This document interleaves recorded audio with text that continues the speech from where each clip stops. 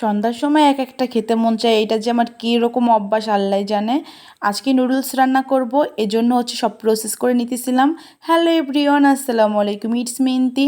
আমি হচ্ছে Coca Cola noodles নিয়েছিলাম। কোকোকোলা নুডলসটা অনেক মজা লাগে। এরপর হলো ফার্স্টে আমি একটা কড়াইতে পানি দিয়েছিলাম। এরপর এর ভিতরে পরিমাণ মতো তেল দিয়েছিলাম।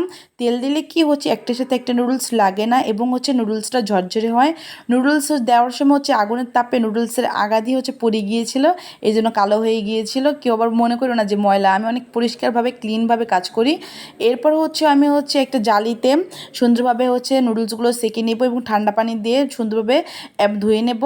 দেন এরপরে তেল দিয়ে দিয়েছিলাম এবং পেঁয়াজ কুচি দিয়েছি, কাঁচামরিচ কুচি দিয়েছি। ঝালটা একটু বেশি খাই, এর জন্য ঝাল বেশি দেব, এর জন্য মরিচের গুঁড়াও দেবো এবং কাঁচামরিচও দেবো। এই জন্য অনবরত সুন্দরভাবে লাগতেছিলাম। ব্রাউনভাবে ভাজতে হবে, একদম বেরেস্তা করা যাবে না, ব্রাউন করে ভাজতে হবে। এরপর আস্তে আস্তে করে ভাজতেছিলাম। সন্ধ্যার সময় নুডলস বা ফাস্টফুডের পকোড়া, যে কোনো ফাস্টফুডের খাবার, বাসায় বানানো খাবার আমার বেশি পছন্দ। এরপর এইগুলো আমি সবসময় বানিয়ে থাকি। এরপর আস্তে আস্তে করে ভাজতেছিলাম, অনবরত লাড়তেছিলাম যাতে পুড়ে না যায়। দেন আস্তে আস্তে করে সব পদের মশলা দেব, অল্প একটু পরিমাণ লবণ দেব, কারণ আমি আরও পদের লবণ মানে আরও পদের মশলা দেব, ওই মশলাতে কিন্তু লবণ থাকে। এরপর মরিচের গুঁড়া দিয়ে দিয়েছিলাম। মানে কারেন্ট চলে গিয়েছিলো, এরপর অন্ধকার চামচ খুঁজে পাচ্ছিলাম না, এরপর একদম হাতে দিয়ে দিয়েছিলাম। এরপর পানি দিয়েছিলাম পরিমাণ মতো, যাতে পুড়ে না যায় মশলাটা।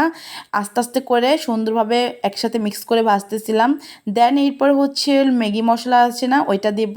এটা দিলে অনেক সুন্দর একটা ফ্লেভার আসে এবং খেতেও অনেক মজা লাগে। আমি নুডলসে সবসময় ম্যাগি মশলা দিই, এতে অনেক টেস্ট হয়। এবং এরপরে নুডলসের যে মশলা আছে ওইটাও দিয়ে দিব। আগে লাড়বো, লাড়ার পর মানে যাতে নিচে না লেগে যায়, এই জন্য আমি একটু পানি দিয়েছিলাম। পানি অনেকে কম দেয়, আমি একটু বেশি দিয়েছিলাম যাতে পুড়ে না যায়। একদম আস্তে আস্তে করে বেঁচে বেঁচে তারপর শুষে নেব। এরপর আবারও পানি দিতেছিলাম যাতে এটা সিদ্ধ হয় এবং মশলাটা কষানো হয়। যেমন মাংস রান্না করলে মশলাটা কষায়, তেমনই কষাবো। এরপর নুডলসের যে মশলাটাও তা দেবো। এরপর লাটবো। আমার নুডলস রান্না অনেক মজা হয়। আমি নুডলস অনেক পছন্দ করি এবং চাউমিনও অনেক পছন্দ করি। চাউমিন একটু কম খাওয়ায়, নুডলস একটু বেশি খাওয়ায়, কারণ এইখানে সবসময় চাউমিন বিক্রি করে না, এই জন্য চাউমিন মাদারীপুর মানে আমাদের মাদারীপুর গিয়ে দূরে গিয়ে কিনতে হয়। এরপর আমি আস্তে আস্তে করে ডিমটা সুন্দরভাবে ফেটিয়ে নেব। ডিমটা ফার্স্ট একটু বয়েল করে নেব, এরপর সুন্দরভাবে লেড়ে নেব। এতে মানে অনেক সুন্দরভাবে মিক্স করতে হবে, যাতে কোনো রকমের কোনো আনাম না থাকে।